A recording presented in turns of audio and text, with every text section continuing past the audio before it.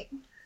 Welcome to the Bourbon Daily, the podcast about everything bourbon, delivered to you Monday through Friday every week. Today on the show, we have a very special episode just for Patreon sponsors that also has a video simulcast. I can't read the word.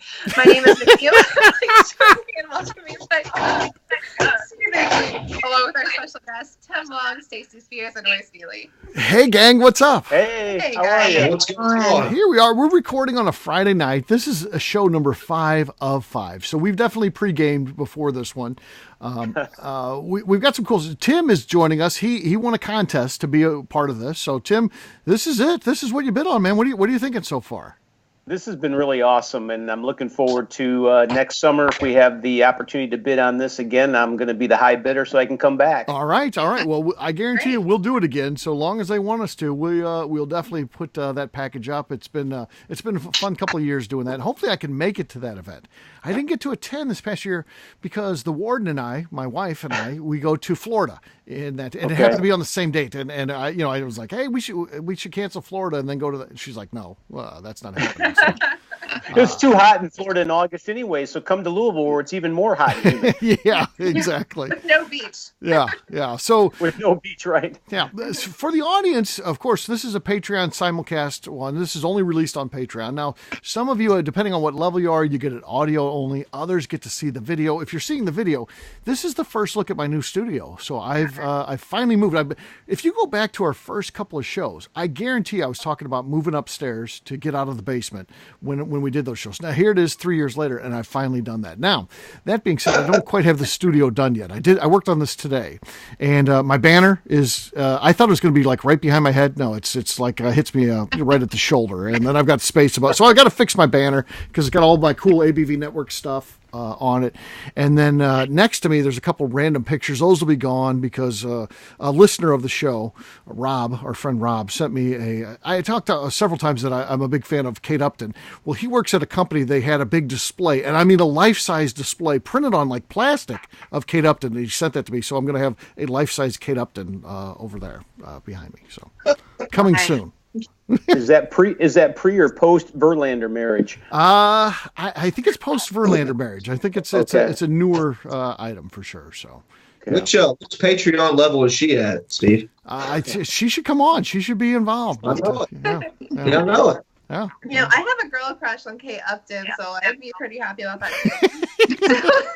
No problem with Kate Upton. Yeah, if we could get Kate Upton to come to like one of the ABV Network events, suddenly it would be, we'd be sold out instantly. Everybody would be very interested in that. So it's like I noticed when we did, we record our TV show, and it's got other people from the network and things like that. And anybody's welcome to attend these tapings and that. No one ever showed up, but when we had Jackie Zykan was part of it, then all of a sudden we had like 30 people showing up to everyone was there. Yeah, so funny how that works. Yeah, amazing. So, but she came in and she was her normal self and just killed it. So she had us cracking up the whole time, right, McNew? She's hilarious. Yeah, she was fantastic. She's super fun. Yeah, Jackie's awesome. She definitely is. So, very cool stuff. So for right now, though, Royce, you said there's something you want to talk to the group about. What was that? Yeah, I was just curious, guys. So what's your all's take on the old Kentucky Spirit bottle versus the new Kentucky Spirit bottle? Oh, I've got feelings about this, but I'll let other people talk first. What do you guys think? And is the change worse or better than what happened with the Bakers? Okay, I think I'm tough. I'm a little bit mixed feelings about Bakers because it's part of that iconic small batch series. Booker came out with that. To change something Booker did, that's tough to me. That being said, I like the product that it is now. I just wish it was an additional offering.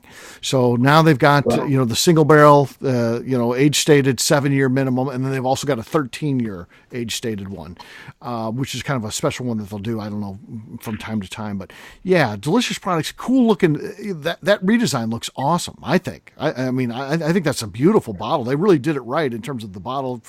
It's the Legent bottle basically, but the cork is cool. It's got a great cork. Yeah. The cork is awesome. So I'm a fan of that one, but what do you guys think of, first of all, about the Bakers? Then we'll talk a little bit about the Kentucky Spirit as a real question in just a second. I'm a big fan of the new Baker's bottle. I I think it looks really great on the back bar.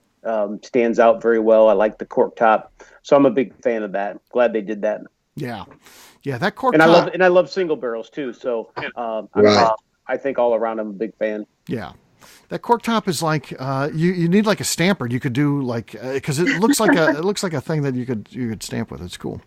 Stacy, what do you think about the new Baker's look? I don't know about it, so explain it to me. So yeah, basically they went from it was part of a small batch collection to now single barrels. So each is going to have a variance and things like that because they're literally coming from a single barrel now versus batching up multiple barrels. So that's the first thing. And then they redesigned the look of it. So the look of it is, very different. And again, it almost had kind of a wine bottle look before.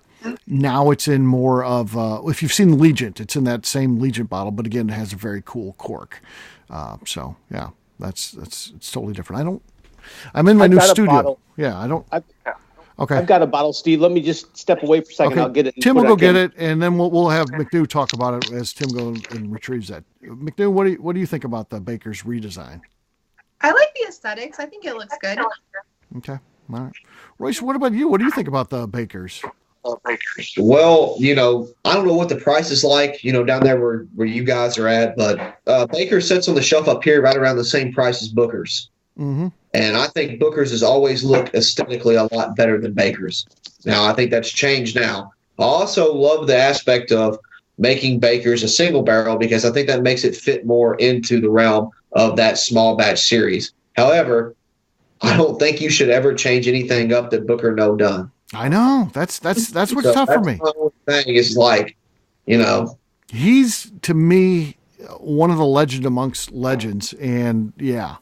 So Tim, you've got that. Show that to Stacy real quick here, and of course our audience can see it too. Maybe they haven't seen it. That's a 7-year-old, and then show the top. Tilt it towards the camera where you can see that cork. Look at that cork. Yeah. And it's textured too. So literally, that's why I was talking about it being a stamp. You could run ink on there and then stamp it on an envelope, and it would say single barrel and Baker's and all. It's cool.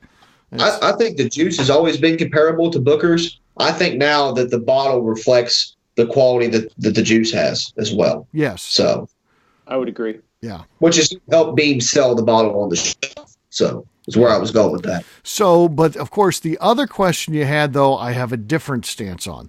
The Wild Turkey Kentucky Spirit. New bottle versus old bottle. I got to say, the new bottle sucks. The product is the same. Cool. The product's fine. There's no problem with that. And ultimately, really, that's all that matters is, what's inside the bottle. But man, that new bottle is ugly. And it's like they didn't even try it. It looks like they had, an 8-year-old design the graphics. It looks like it's, and they just print them out at the distillery. It looks like it's, the label is bad. It's compared to that old fantail bottle, which was beautiful.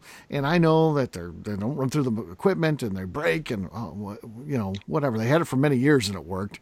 I like the old bottle. And my plan is now I have one of the old bottles. When that empties, I'll still buy Kentucky Spirit. I like it. I'm going to pour it into the old bottle. That's my good call.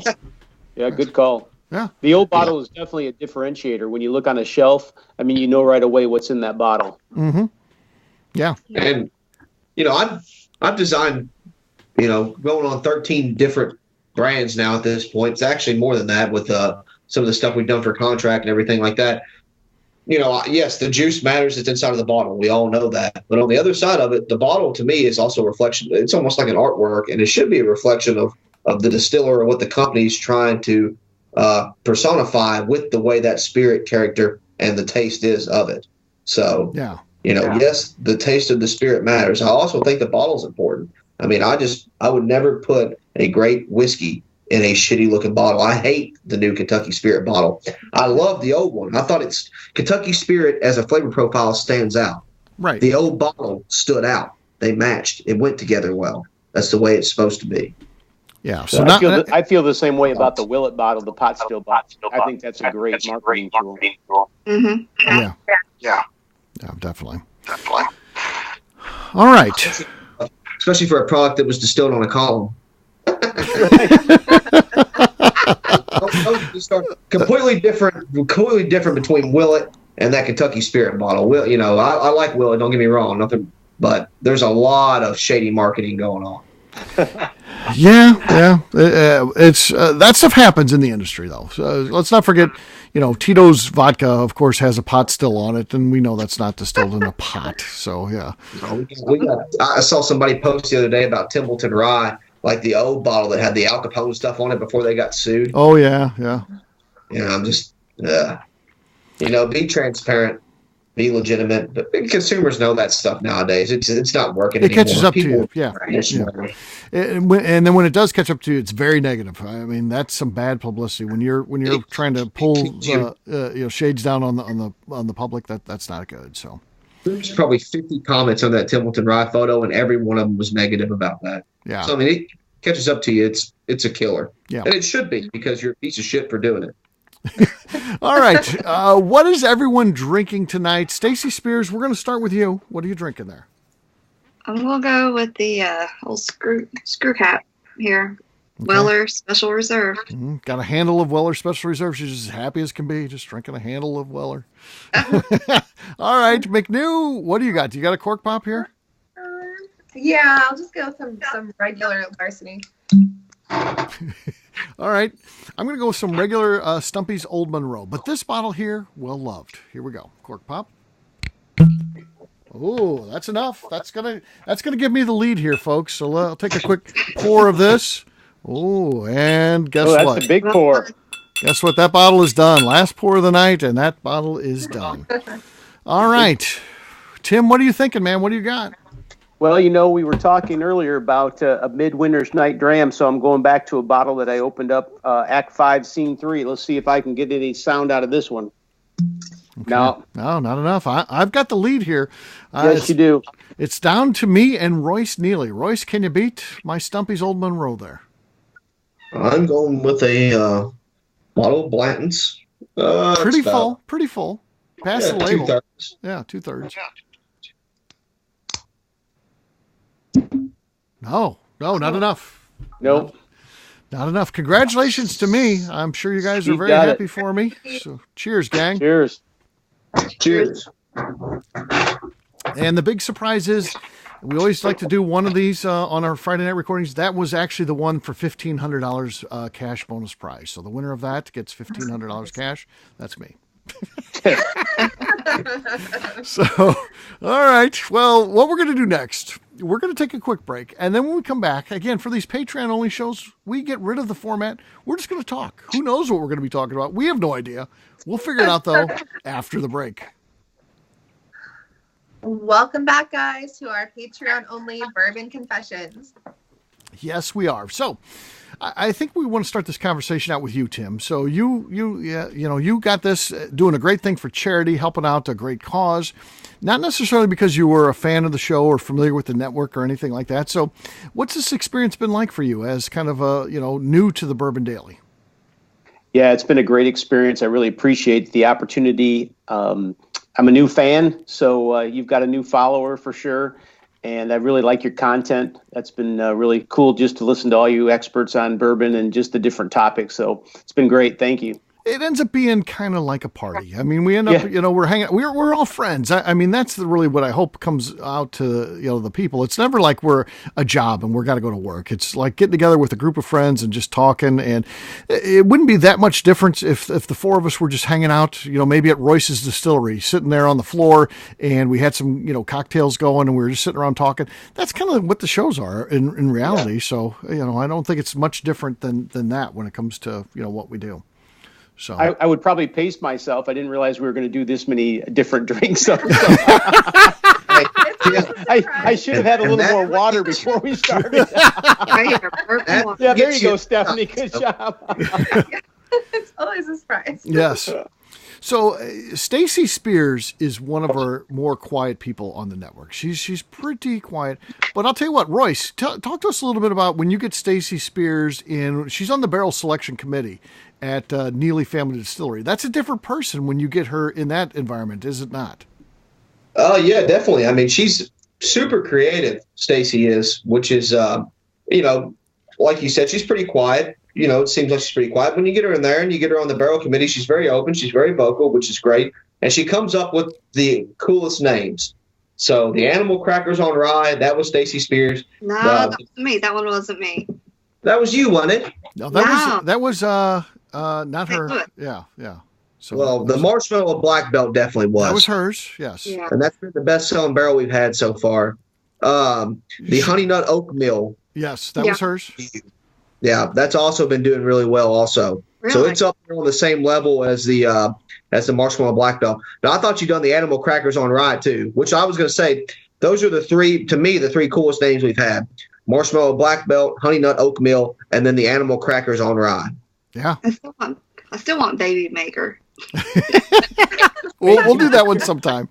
And you've got another one too. I don't want to share them all because I don't want anybody to steal it. You've got a really good one that's kind of in the chamber, if you will. So we've got it. Steve and I have a profile that we're looking for to fit a name that we think is going to be really special. But like I said, we're not going to. We brought it up both times you've been there, Stacy. And we're just not going to tell anybody, what it is or what we're going with it. What I like about Stacy, though, despite the fact that she tends to be shy and quiet, and you pick that up on the shows. A lot of times, if you don't engage her, she'll sit back but at the barrel selection committees, maybe it's because she's been drinking, I don't know, but she'll jump in and say, wait a minute, like with the marshmallow black belt, she saved that one. That was going to be just marshmallow, I think, and literally she's like, it needs more than that. And then we're like, okay, what do you think? And she's like, well, that little kick at the end, it needs to be marshmallow black belt. And as soon as she said that, everybody was like, yes. And that's one of the toughest things to do, when to throw something out there, because you're always worried. I fall into that. I'm like, I want to throw this out there, but what if everybody doesn't like it? But she'll do that. She'll throw things out there. And you know what? That's what creativity truly is. So Stacy does a great job when it comes to that stuff. Thanks. Yeah. McNew, you're not on the committee. Do you want to be on? Do you want to serve on that next year when we redraft? Yeah, I'll come. For sure. Yeah. So McNew, like some of those things, I'm like, well, I could show up, but like I never want to take like a spot away from like one of our members or whatever. So I'm like, I want them to fill it in first, and then if it's not filled, then like I'm more than happy to come. You're always a bonus, no matter what. So right. It's never a matter. People like you being there. Obviously, they know the hard work that you do for our club and all that kind of stuff. So they want you there. So the fact, I want to be there. I just don't want to like take somebody else's spot because I want them to be involved too, and they don't get as many opportunities as I do. So no. You're never taking a couple things. First of all, you're never taking a spot, and then secondly, I'll never push you to be there because I know you've got a life too outside of the ABV network. So it's never like you got to be there for this. So I just want you to be there when you can. You're welcome anytime, of course. Yeah, like I try to like schedule things. I'm like, oh yeah, I can make that or whatever. But I try to be there as much as I can. But yeah, which is nice.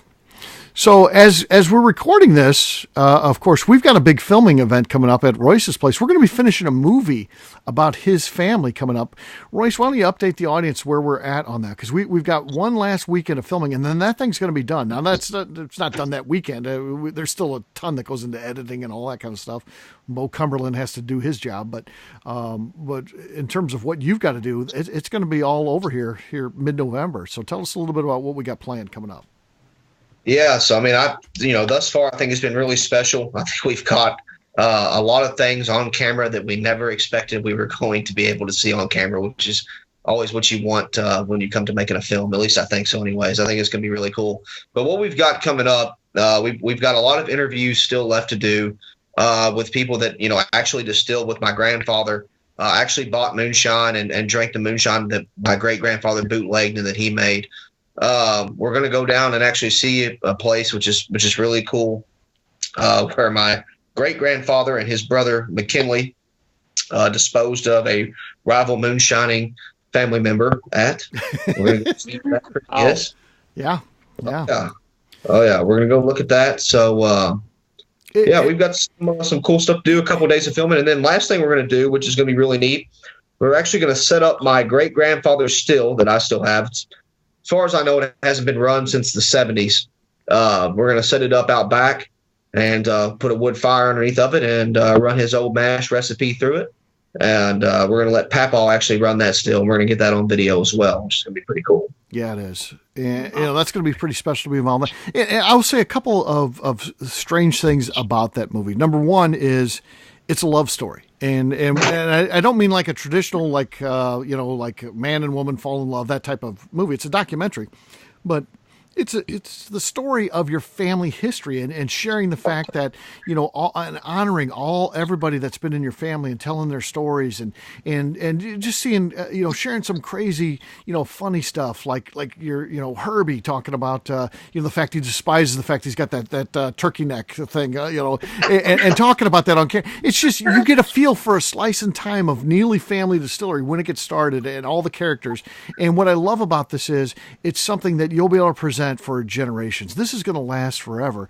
And the fact that you're talking about what your vision of the future is, what I love about that in this movie, Royce, is they're going to be able to watch that and they're going to be able to say, hey, what would Royce do? 100 years after you're gone, your family's going to be able to watch this and be like, well, should we do this? Well, that's when Royce started the company. That was his vision to do this. Or no, he absolutely would not, cheapen things up and go take a shortcut to make extra money.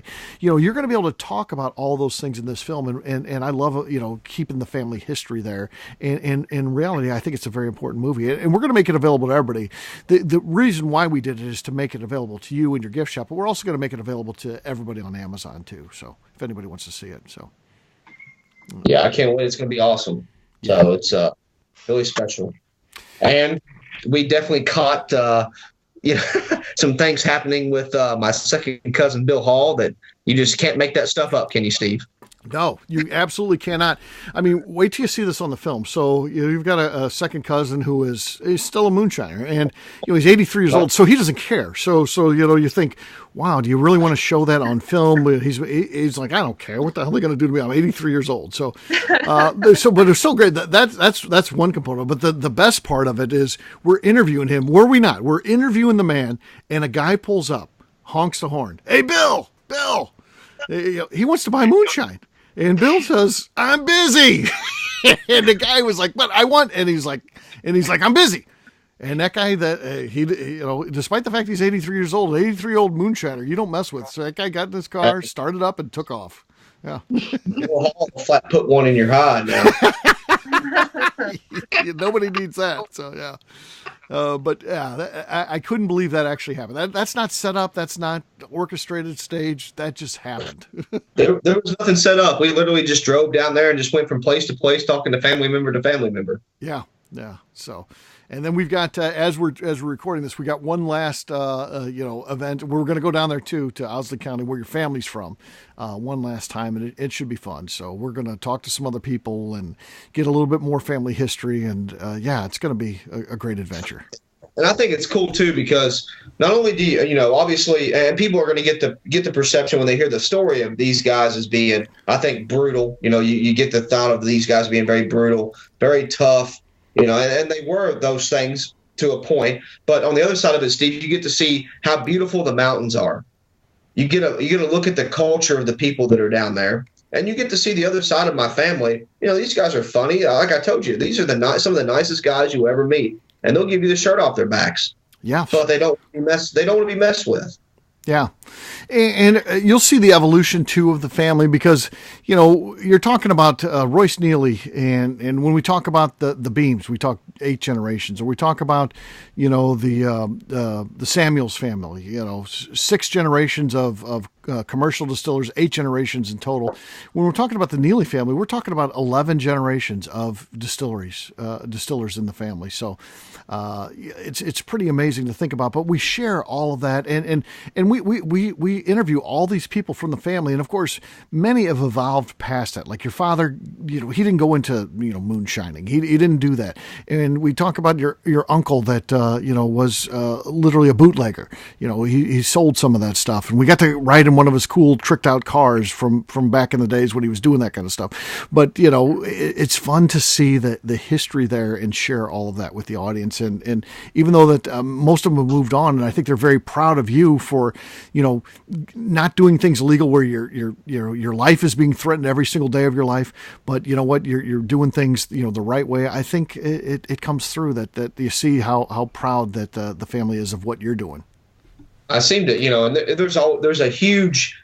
It seems like with every other company and every other legal to illegal guy. There's this huge gap between the illegal guys don't like the legal guys. The legal guys don't like the illegal guys. But I've never, knock on wood, I mean, to this day, I've never got anything negative from any illegal guy, family member or not. It seems like everybody really supports us because they know that we do things the old way, we do things the right way, the same way that they do it illegally. There's no difference in the way that I made it illegally to the way that I make it legal now. Okay. And I always wanted to preserve that. Yeah. Tim, I want to talk to you a little bit. Tell us a little bit about your bourbon collecting hobby. Are you a guy that likes to go to distilleries and tour them, or are you more of just a drinker? I know you collect a little bit of memorabilia as you moved around. I can see some barrel heads and stuff like that behind you. But Tell us a little bit about your role in the bourbon hobby. Yeah, I got into this about 18 years ago when I first moved to Louisville, Kentucky from Michigan. Pretty simply just Maker's Mark ambassador, and then that led into trying a lot of different whiskeys. Became a Buffalo Trace, friend of the Trace, and the next thing you know, I'm just trying all sorts of bourbons from all around all the different distilleries. So I do the distillery tours, but I also just like to go out to the stores and try to find some of those hard-to-find goodies and stock up my bar and share them with friends and family. What is your Maker's Mark ambassador number? Because they go sequentially. Right. I would actually have to step away and go look at my my certificate to tell you that. I can't really remember off the top of my head. I can tell you a couple things. Number one, I just did a event with Maker's Mark last night, not as you're listening to this, but as we are recording this. And I know that they're over 2 million. Somebody showed me they were number 2 million and something, Maker's Mark ambassador.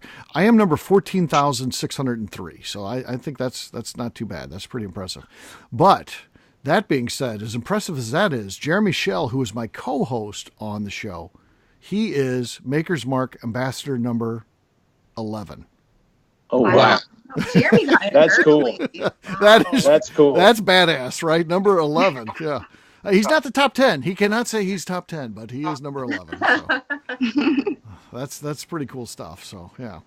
But he was, he was a marketing guy, and he was hired part of the promotion of putting that together. So I think that, he helped. Now he's not involved in that anymore. Matter of fact, Jeremy's retired at this point, but at that time he was involved in kind of putting that together, and he got that low number. He was in from the very beginning. So number 11, which is cool.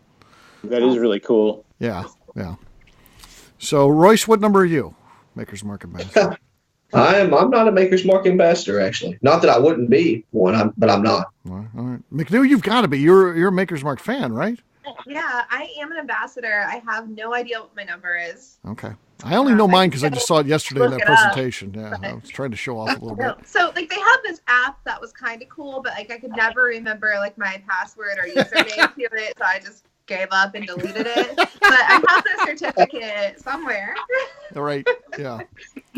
Yeah. Stacy, how about you? Are you a Maker's Mark ambassador? Yeah, but I have no clue what number I am at all. All right. No. But, I've got the socks. You got the There you socks. go. Yeah. Last year's Christmas gift. Last year's Christmas gift, are not great. opened but handy there though. How do they happen to be there, right there, ready to go? Because I don't know what to do with them. Send them to me. I'll wear them. Yeah. You want them? Well, the pair that they sent me were for ladies. They go on my top, to the top of my toes. So I'm looking for a larger size. No, I think these look like they're men's socks, though. Yeah, I felt like they were unisex men's socks. Oh, Yeah. Mine were really small. They barely come up over my toes. Oh. Really? Yeah. Oh. Is the ambassador? Is it a one-time cost or is it a yearly cost? It's free. Not at There's all. no charge. No cost. Oh, there's no cost. Thank you, They send Jeremy. Christmas presents. Yeah. Yeah, that's smart. They send you a Christmas present every year, which is cool. So Yeah. Yeah. Man, I gotta freaking learn my password because I moved and I want my present to come to my new address. Yeah, you better get on that. I should probably figure that out soon. Yeah, you could sign in online, so you might want to try that if the app's not working for you. No, so the app is cool because, the traditional Houston, we have a problem. It'll say Loretto, we have a problem when you mess something up. I think it's super cute. Not that I mess things up, but I like that message. But Yeah, what were you saying there, Tim? I was going to say their best gifts have been the earmuffs to put on your bottle, or the scarves, or I the love sweaters. bottle scarves. And Yeah, sweaters. those are great. So you can dress up your holiday bottle and put it on your bar. It's pretty cool. Yeah.